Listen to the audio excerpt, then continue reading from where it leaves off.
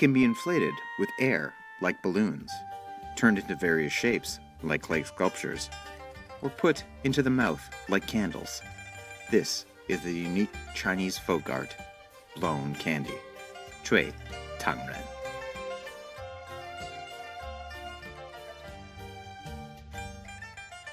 For the current generation of Chinese, their childhood memories are full of cartoon movies, fuzzy dolls, and electronic toys. If we turn the clock back for several decades, however, we find that people of previous generations had very different, but similarly rosy childhood memories. At that time, the stalls of blown candy peddlers were always surrounded by many eager kids. With their stunning skills, blown candy peddlers could turn the soft sugar gloop into various shapes in minutes. Blown candy is playable and edible. In particular, its making process is full of surprises and fun. Although the Chinese name for blown candy includes the character Ren, people, animals, especially the 12 zodiac animals, are actually the most common shapes of blown candy. It's no surprise that the most popular shape is the Monkey King in the Chinese novel Journey to the West. Blown candy is made of sugar gloop, which comes from melted sugar and maltose. Since peddlers generally made blown candy on the spot, they had to keep sugar gloop constantly melted. In the past, blown candy peddlers shouldered their poles and wandered across streets and alleys. Usually, they hung on their poles a rectangular-shaped box in which a small charcoal stove was used to heat sugar gloop and prevent its crystallization. Making blown candy is really a quick art. Craftsmen have to move fast before the sugar gloop cools down and crystallizes. This is a game against time.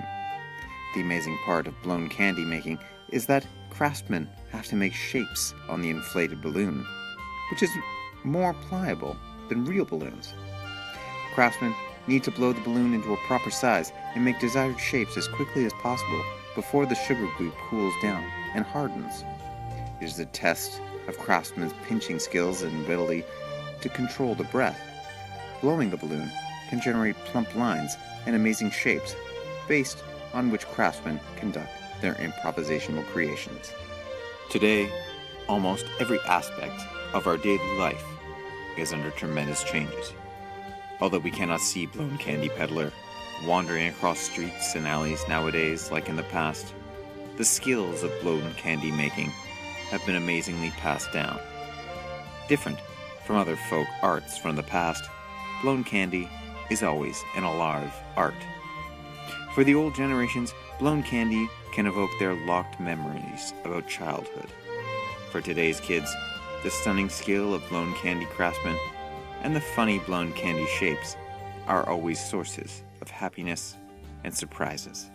On June 7th, 2008, confectionery art, as represented by blown candy and sugar painting, was included in the list of Chinese intangible cultural heritage. Originated from the daily life of ordinary people, blown candy used to bring so many happy moments for the Chinese people. In the course of time, blown candy will continue to keep its vigor and everlasting artistic charm.